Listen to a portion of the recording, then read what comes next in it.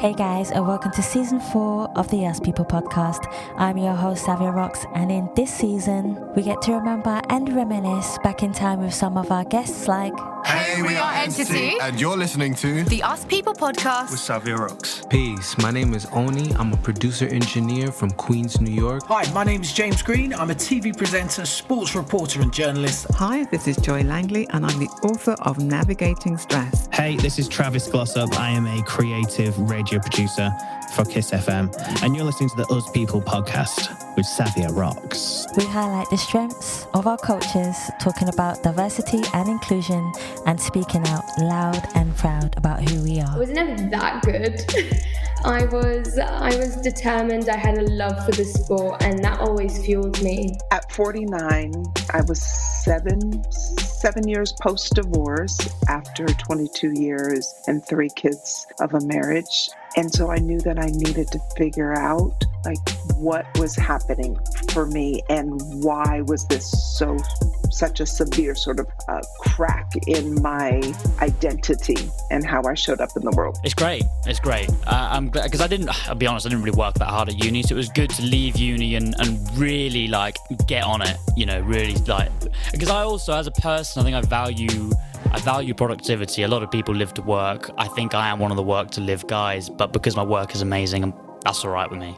So as a person, I go to bed happy when I've had a productive day. We've also saved the best till last by honouring another artist and showcasing their talent as our new theme song with none other than your host, Savia Rocks, featuring in their song. So guys, enjoy, stay creative, and as always, please continue to be kind to one another.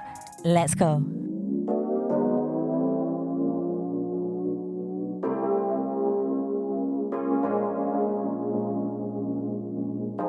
Yo, this is SlickdotR, and I've had the pleasure of having an amazing interview with Savia Rocks, Us People podcast. It's a really good one. I'm just grateful to be here. I'm an artist, producer. I call myself a super producer, and a superstar.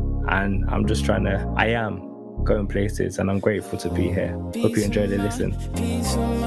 Gotta keep my energy and peace of mind. I protect my energy and peace of mind. Gotta keep my energy and peace when I wake up. Hey guys, and welcome to another episode of the Yes People podcast. I'm your host, Savia Rocks, and today I am here with the beautiful, smiley, Slick. He is right in front of me, and he is smiling. He is a British alternative rap star and super producer. Slick, I want to thank you so much for taking your time to come on the Yes People podcast. How are you? Thank you. I'm really good. Thank you. That was a nice intro. How you doing, Savia? I'm okay. I'm saying it right, Thank you for right? asking. Savia. Yeah, Savia. Yeah, you said it right. Savia. Yeah. No, it's all good. It's fine.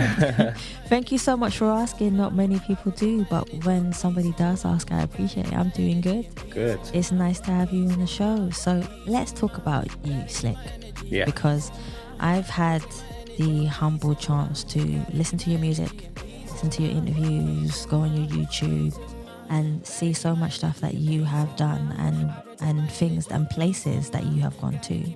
But the one thing I would love to start the show off with is, could you tell me about yourself, but also your background, but where you grew up and how that influenced you to be the person who you are today? Wow, okay. So let's just say, I was born in Newham General in East Ham. I'm London. My background is, my mother is from Nigeria. She was born in Nigeria and she came to the UK when she was 4. My dad is Jamaican and he was born here. So, kind of got influences from 2 very, very passionate, very strong, reputable countries. Yeah, so, those influences have kind of, blended with just British culture as well, and growing up in Newham, went to school in Ilford, and around those, just growing up, I never knew I was gonna be in music or working with music or anything. I was just really enjoyed listening to my mom playing R&B, bashment, you know, like the 90s kind of era. I was like a lot of R&B actually. I remember when I was listening to, it was called Choice FM before Capital Extra. So she was always rocking that. My dad was always like, he was a singer-songwriter actually, and he played the guitar, but he never really took it to the point of, you know, going to play live and pursuing it as a full-on career. But he was always writing songs, and I always got to see that sort of process. And he was into artists like quite a wide range, like Bob Marley, Bob Dylan, Jimi Hendrix, Miles Davis, Ray Charles. Like it was just a wide range of like older music. And then on top of that, growing up as a kid in the 90s, there wasn't like much choice like through internet and stuff like that. It was literally what you see on TV or what you hear on the radio. Yeah, so it was more, I was influenced by pop as well back in the day when it was like Smash Hits magazine and The Box and MTV. So like, oh wow, yeah, old school. Yeah, like just those were three kind of areas that really influenced me musically before I even knew I wanted to do music. And then let's just take that. Oh my days. Try again? My Apple Watch is trying to talk to me. Oh man. But yeah. Yeah. I love that. Got to it interrupts me a lot. So just gotta roll with it, you know. But went to school. Went to school in Ilford and played a school called Loxford. And that's where I feel things started to shift in terms of, you know, I was always like a quiet kind of child, kind of, what's the word, introverted or just not really out. I wasn't always like the loudest in the room or all that sort of stuff. But I started being influenced by the grime scene at that time when it was like Kano and Gets and Chip and Criminal and like these sorts of the grime scene was really bubbling, especially in East London. So that really influenced me and just inspiring me to start writing just to express myself. And then combine that with steel pans. I joined a steel band group when I was like in year 8, and I just learned a lot about compositions, harmonies, rhythm, bass, and also about playing with a group and performing. And that really, really kind of opened my eyes up to just the sound of, you know, just the world of creating music rather than just writing lyrics. Yeah, and then music lessons. And I feel like it's so hard to kind of summarize how I've come to be who I am now. But those are just like sorts of elements that when I'm looking back, I can tell that, okay, they really influenced me, even though at the time I didn't realize it did. So, that kind of got me to a space where I was producing my own beats, making my own beats, writing my own lyrics, kind of spitting over other people's beats at that time because I didn't feel that my beats were good enough until like not too long ago now. So it's been a journey, like between the release of SR1, which was my first self-produced project. Between the release of that and when I first started writing, I was literally just doing a lot of covers. But it finally got to the point where I decided to go for it. Yeah. And I had an interesting chat with someone not long ago, and we were talking about an artist that we both like and both admire, and it's an artist called Emma V. She's do you know about her? Yeah. So we went to Brunel Uni together. So she saw me like, you know, up and coming, just doing shows and performing and stuff. I remember she put me on one of her shows that she was organizing. And then a little later down the line, we got a session in and she made a beat in front of me. And I was so like gassed. I was like, nah, this is so sick. I remember that moment made me realize that I want to produce for my own music from that point onwards, rather than just using other people's beats and doing covers. Yeah, shout outs to Emma V. I like that. But yeah, like that's my musical journey, just my influences and where I grew up and what's kind of taken me to where I am now. I don't want to just chat for too long about that because I know you got a bunch of questions.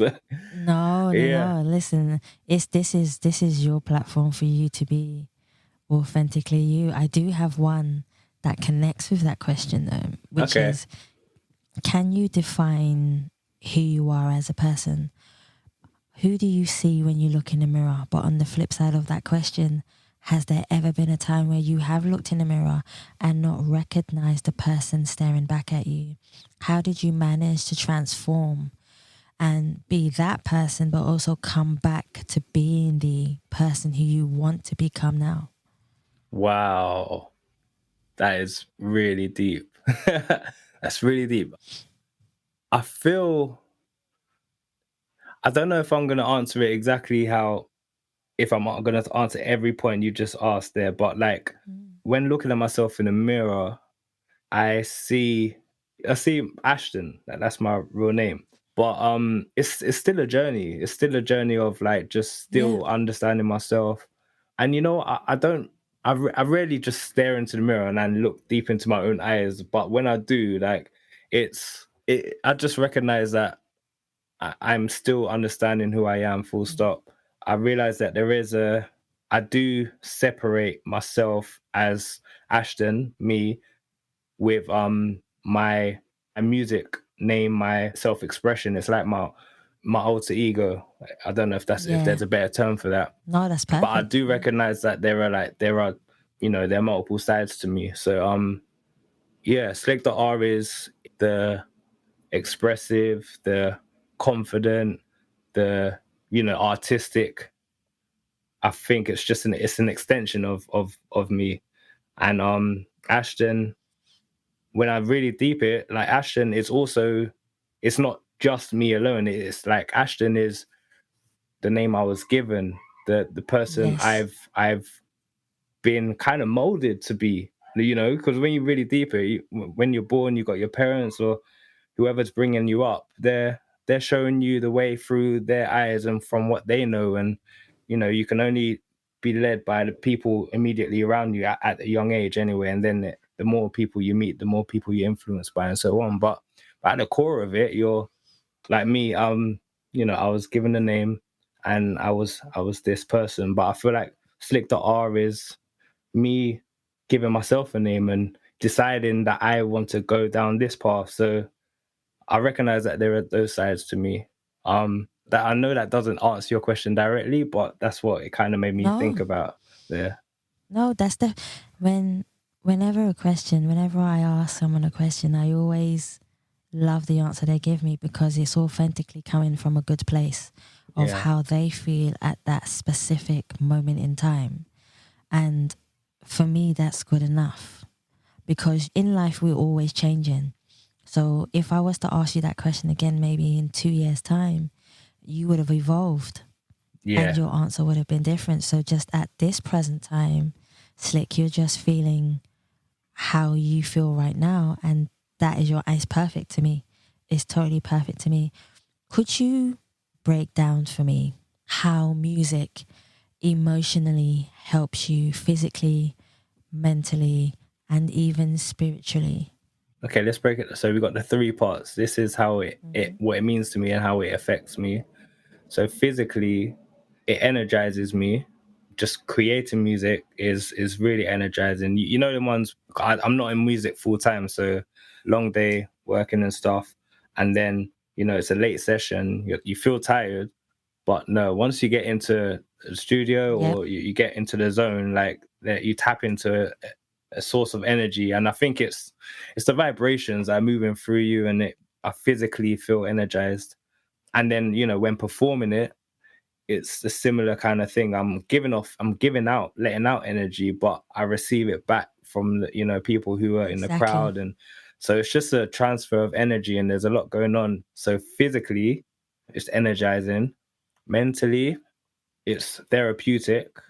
It allows me to just look within. Sometimes it's not the most glamorous thing. And sometimes, when writing, I don't necessarily know what I'm tapping into. But sometimes when I listen back to music, I realize, oh, I'm saying that because maybe I'm feeling that. And maybe that is linked to why something happened to me in the past. And there's a lot of self-discovery going on there. So that's like the mental aspect. But also as a producer, when I'm, in sessions with other artists, working with them, it's also like a therapy. I feel amazing to just hear, even like I'm sure you understand, like just a lot of the time in a session, we would chat for about an hour, 2 hours before we even started making anything. Yeah. It's a form of just connecting with someone, understanding each other, and kind of getting on the same wavelength. And it's nice to be able to do that, and that I think that's good for both me and whoever I'm working with mentally. It's good to just talk and have someone who's there to listen as well, and vice versa. That's like the mental side of it.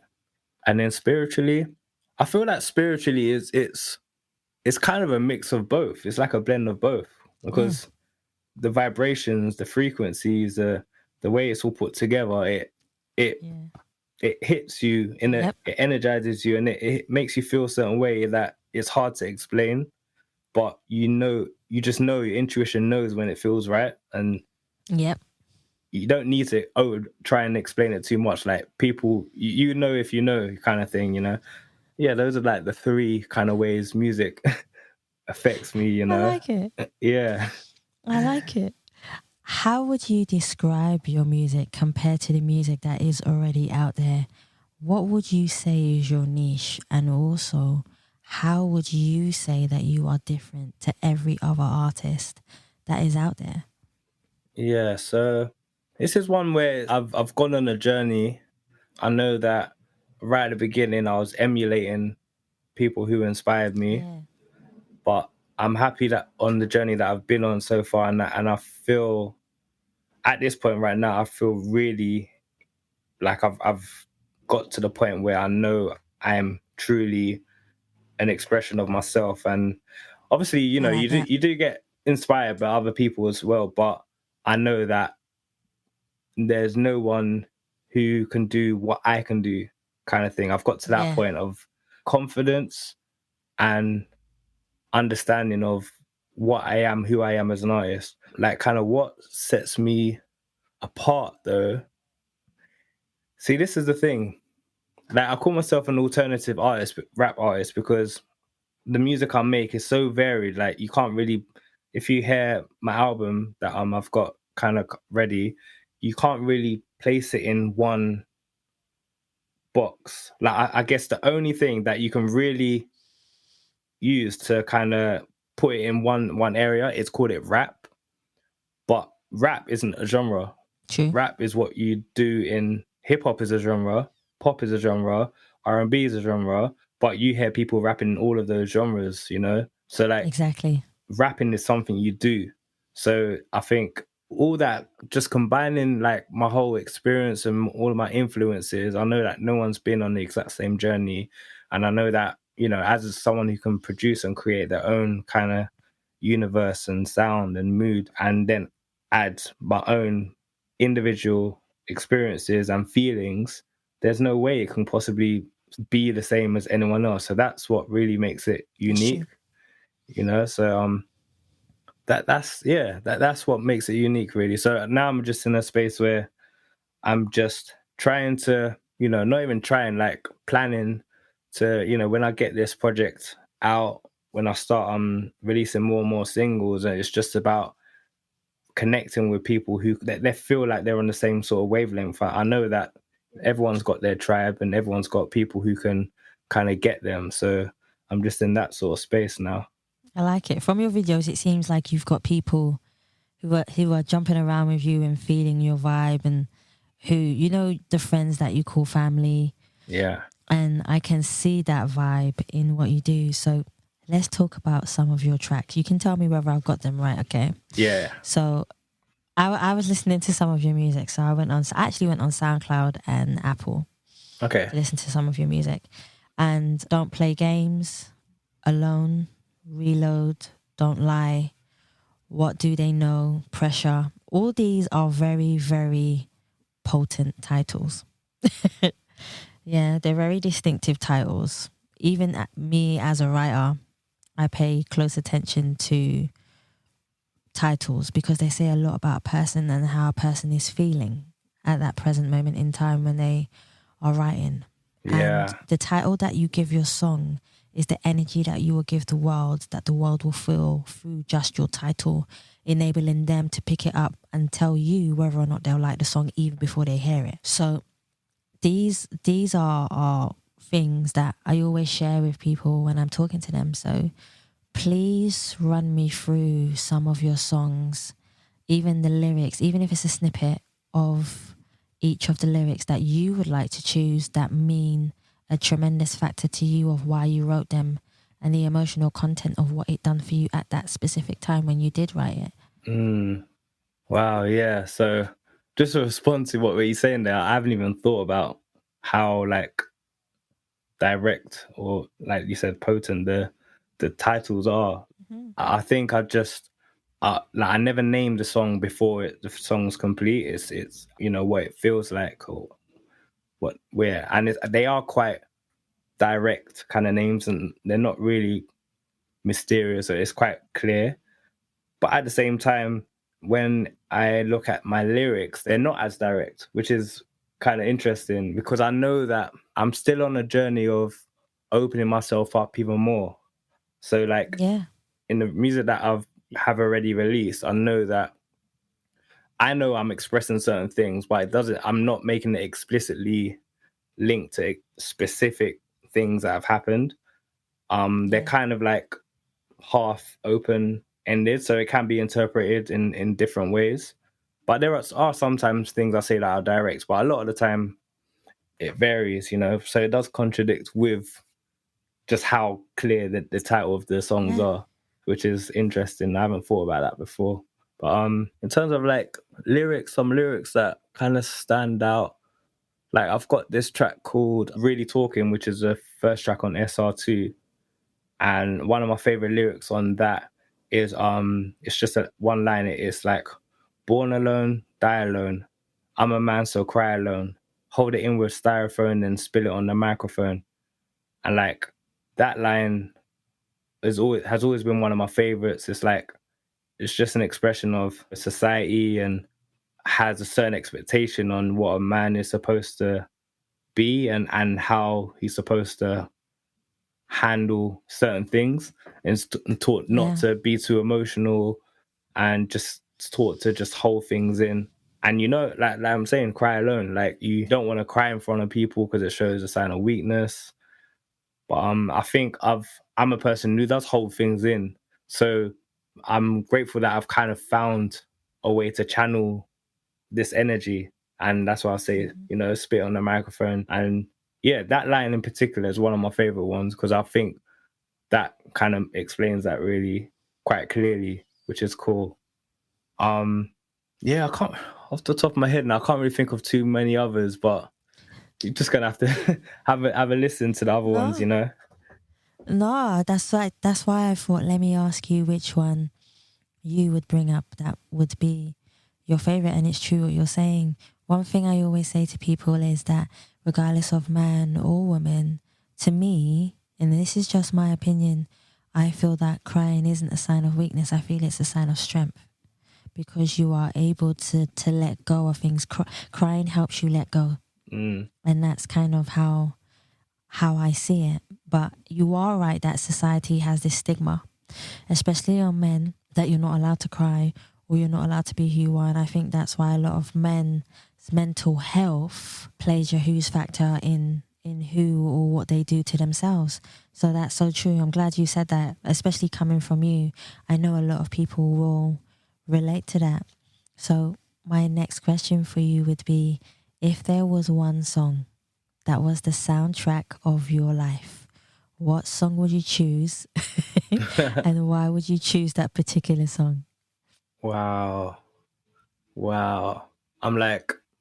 I think it's hard to name one of the songs that are currently out because I'm not there anymore. But I'm like literally I'm looking to the left of me. I've got the tracks that I've got coming up on a new project. And I think that is so hard. So hard. I don't know. I've got this one called Flow Free, and it's got the energy of just wanting to escape, wanting to not be in this kind of rat race, you know, this that we're in, especially in just in the Western world. Just capitalist kind of world, and I would love to just flow free and express myself and just live life to the fullest. So I think that song is a kind of vibe that I can ride to and be like, yeah, this is my soundtrack. Yeah, I can see you bouncing to it already. Yeah. I can see you bouncing to it already. Literally, it's got that vibe. It's got the vibe that I can imagine, like people in the crowd just bouncing up and down to, like, for the whole song. So yeah, I'm like, this new project, I'm really making music to move people as well, rather than just listen to the lyrics. I want people to be able to move to it, dance to it, kind of something. It's got different vibes, but the consistent like theme is I want it to move you, you know. And I think that's what I've done with this new project, and I think that's what sets it apart from the previous two. But it's all been a journey to just developing, you know. Yeah, I totally agree with you. There are people in our lives who we consider to be teachers. And it doesn't mean teachers at school, even though sometimes our teachers at school can play a huge, huge impact in what we do in our lives as we get older, because they believe in us. Is there anybody who you feel has been a teacher of some kind to you, who has given you wisdom, kindness, compassion, and just driven you in a way where you feel, no matter if they're here or not here anymore, because I know time passes and people grow differently, is there anyone that you keep close to your heart because of what they said or how they have pushed you? Wow, I think it's really hard to think of one, because I think throughout my life, there's always a particular person who is a heavy influence, a big influence. But I realized that there are so many chapters where, you know, the people from earlier who are really influencing me, I might not be in contact with as much anymore. And I think it's just how life kind of goes. And I don't force connections, even though the love is always there. Like, I'm not trying to hold on to things if naturally we're just going in our own kind of paths and stuff. So I can't say there's one person. There's just a multiple amount of people. So like, I guess like when it comes to family, there's definitely my mum in the earlier years, uncle, my dad. But this is family thing. So like, you're gonna have people like that in your life who are going to influence you. And a lot of those influences were just education, build yourself up to, you know, at least you can, even the most basic things like with my mom, like, you know, you don't want whoever you're going to be with in the future you don't want to have to be relying on them to do certain things around the house. True. Like that's a quite important thing. Like, I know how to take care of my own house. I know how to cook. I know how to do this. So that's a big influence actually. But like things like musically, a huge influence was like what my still band teacher. I was in that band for about 8-9 years. Wow. And you know, when you look back at these things, you realize, that they were quite a prominent figure in a certain chapter of your life, you know. So shout out to Daniel Louis. He's a sick pan player. But yeah, even like more recently, there's a artist, songwriter, producer called Odyssey at Novocaine Studios, and he was a heavy influence on like helping me kind of take my production and songwriting and just sound selection and understanding music on a different level. He's helped me kind of push it further, you know. So like, shout outs to him. He's been a more recent kind of influence. But there's so many people in between. It's like, it's never just one, you know. That's true. Yeah, it's like life is an ongoing journey, and you're always going to have strong connections with people, but you will lose that strength. It's never going to last forever, but I guess it's good to acknowledge and remember, you know, the people who have helped you somewhere along the line. Yeah. I like that. I definitely like that. So one question I do love to ask anybody who does music, and I feel this question is detrimental because a lot of artists are brilliantly talented, but they know nothing about the music business side. How important do you feel it is for an artist to know more about the music business side of things than just being an artist? Oh yeah. What is your opinion on this? Yeah. So it all depends on what your intention is. So if you're making music and you want it to be your full-time job, you want it to be your money maker, you know, you want to be stable, 100% music business is more important than music making, to be honest. You could be like a really good business-minded person and have you don't need to be the most amazing artist, but you could be good at bringing the right people in to help you create this music, you know, like it's not necessarily about all doing it all yourself. If you're trying to make money from music, then business is more important than the music itself, which is, as an artist who at heart, like, music is my life, and I know that isn't right. I can say it's not right for me, but I can't say it for everyone else. But music being, you know, my heart, like, I understand that music isn't even supposed to be sold. The essence of it's originally it's a form of communication, and it's a form of expression. Like, are you really supposed to be paying to communicate? Like, I think that music just got one interesting thing. What was it? I think I read something or heard something about will.i.am telling something to Dr. Dre and breaking it down. And this was that music isn't the product. The product is the actual device that you use to listen to the music, or the platform that you use to listen to music. So, for example, headphones or turntables or speakers, or now Spotify, Apple, like, services, everything around it you monetize, but, like, really the essence of it, like, you're actually not paying for the music, you're paying for the service or the product. And that kind of takes it back to my true belief is that music isn't meant to be sold, it's meant to spread, and you can't really put a price on it, you know? So, like, just back to what you were asking, yeah, is music business important? 100%. It is more important if you want to make lots of money from it. But if you don't care about the money, then the art form is more important. Yeah. I totally agree. See, I like the way you answered that. What are you most proud of that you stand for as an individual? What am I most proud of and that I stand for as an individual? What am I most proud of?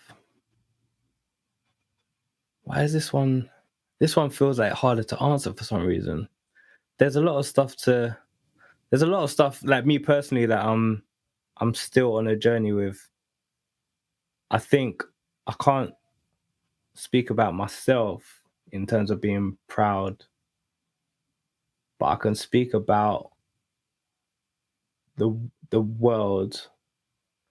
I think I'm proud about knowledge and it now being more accessible. Like, I feel that, like, younger people are kind of realizing that there's been so much control, so much oppression, so many, you know, it's the old white man at the top, and there's been so many things We call him the gatekeeper, set up to, like, kind of control us. But now that, you know, the internet has made the world more connected, so it's going to be interesting to see, you know, where we go as a race, literally. So I'm proud of that. I'm proud that people are more aware of what's going on, and they will be as time goes on, hopefully. No, they will be. I definitely think they will be. If there was one question that you wished people would ask you but nobody ever really has, what question would it be, and why would you like that question to be asked to you? Oh man. Could be anything. Somebody has said to me, it's just if somebody genuinely says, "How are you?" Because you get people who say, "How are you?" and they don't really mean it. But then you get somebody who says, "Really, how are you?" and they mean it. So if there was a question that you've never been asked, what question do you feel will make you be like, whoa? You know, I don't know. I don't know. I'm just great. I am grateful that I've got people around me that would ask me that question, you know, how are you? And Yeah. so like that's a really important thing to have around you, 100%. Yeah. And I feel that question, the question you asked, does make me think about, you know, someone asking how are you, but I know personally that I don't need to ask for other people to ask me that, because I'm grateful that I've got people like that around me, which is I like that. amazing. That's I can't answer that. Literally, No. it's hard to. Yeah, It's not an what do easy I one want? to put in a box. Yeah, what do I want people to ask me? I see. This is the thing. Like as an artist, I'm grateful that I'm able to say something without people even having to ask me to say it. Do you know what I mean? There So you go. I'm There's your on the answer. stage and I'm already saying what I need to say. So I guess I'm just grateful that people are listening to stuff I say. There you go. There's your answer. There you that's go. what you was looking for. There's your answer. That's good enough. So if you had the music industry in the palm of your hand, what do you believe you would change in the music industry to make it better or worse? Like a mastermind. First of all, I would probably shake up the way the system is right now. Right now, we've got 3 major labels that run everything, basically. Like, imagine we just got rid of them. That would be interesting. That would be really interesting. Like, that will get rid of, like, you know, the standard ways of doing things in music. It will just shake it all up. It will flip it on its head, and I think we'll get back to more of a creative, more of a unique. More people would be doing what they feel they want to do as artists, rather than doing what we're expected to do or doing what the labels want us to do. True. But that being said,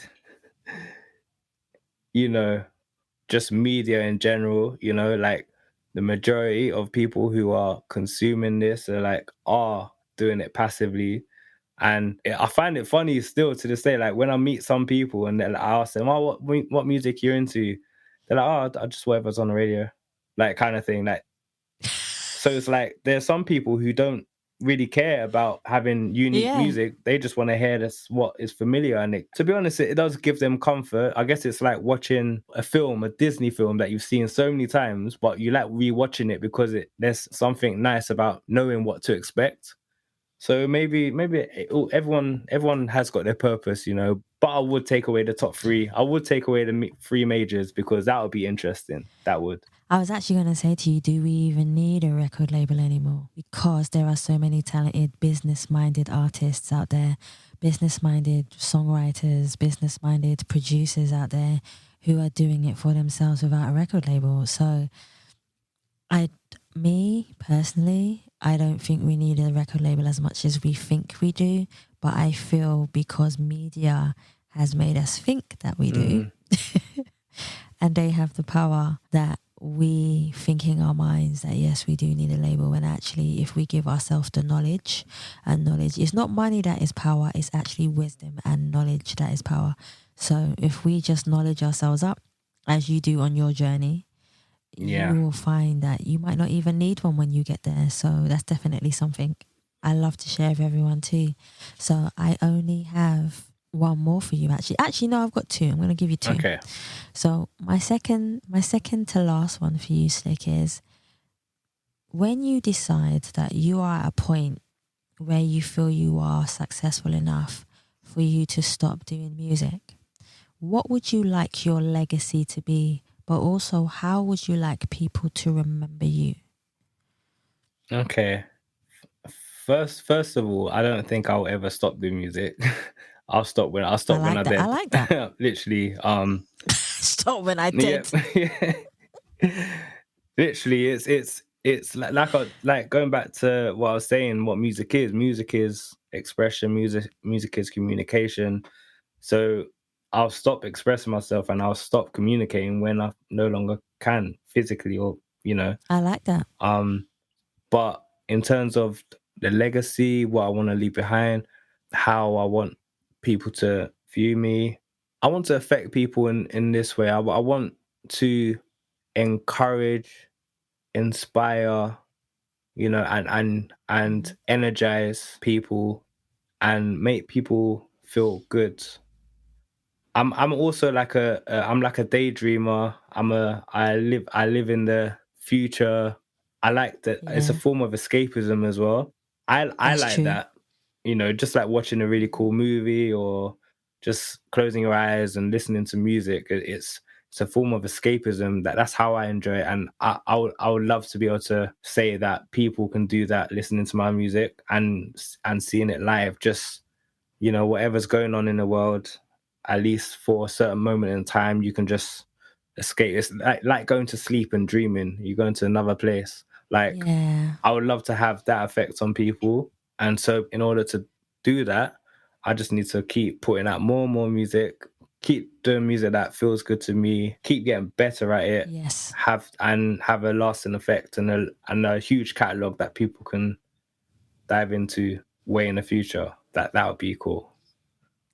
Yeah. I love that. That actually sounds really nice to say, because you'll always have a legacy, because music is one of the most powerful things to actually have left behind is music, definitely. So I've had the privilege of interviewing you today, but I would love for anybody who would like to collaborate with you, who just wants to find out more about you, Slick, please could you tell us where they can find you? Yeah. So best place to find me is first of all, go to my site. That's SlickdotR.com, SlickdotR.com. Purely because I know sometimes you can't rely on platforms. But that's true. But if there is one social media platform to reach out to me on, and that it'll be Instagram. So it's at SlickdotR. Yeah, those will be the main two really. But I'm about, if you're in London, I'm always doing shows in London. Hopefully, over the next 12 months there'll be stuff to do in other like European cities, maybe in the US. Who knows where things are gonna go. London, I'm about I'll be hitting up open mic spots and doing headline shows and stuff. So just keep your ears to the ground, really. I like it, Slick. This is where I say thank you so much for being so calm and open-minded and, answering the questions in the best way that I know you have, and giving people advice about music and where they can go and just listening to music, because music is a powerful source for all of us in some kind of way. Thank you so much for coming on the Us People podcast. Oh, thank you. Thanks for having me. That was a really good interview. Like, yeah, seriously. Really calm. You're really calm. I love it. It's just it's a nice vibe. Thank you so much, guys. Thank you so much for listening to the Us People podcast, and please remember you can subscribe and leave us a review on Spotify, iTunes, Google Play, and any other platform you prefer listening to. Please also follow us on Facebook, Instagram, and Twitter. And you can also donate to the Us People podcast by simply going to the Savia Rocks website or just typing in paypal.me/Us People podcast. Guys, thank you so much for listening. Stay happy, stay positive, and as always, please continue to be kind to one another. Peace of mind, peace of mind. Gotta keep my energy and peace of mind. I protect my energy and peace of mind. Gotta keep my energy and peace of mind. Peace of mind, peace of mind. Gotta keep my energy and peace of mind. I protect my energy and peace of mind. Gotta keep my energy and peace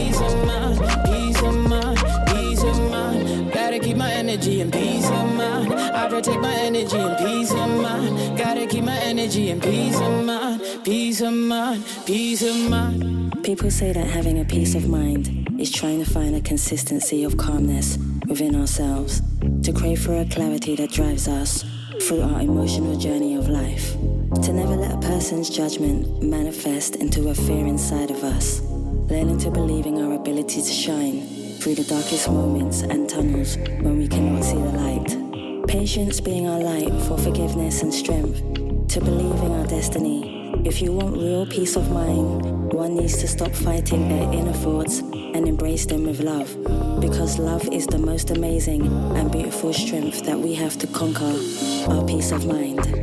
Make your thoughts impact a nation by keeping them true and honest, especially to yourself, but make your peace of mind protect you when you don't have strength to embrace anything else. Find your peace of mind by listening to your heart. Thank you. Anytime. Thank you. Oh, amazing.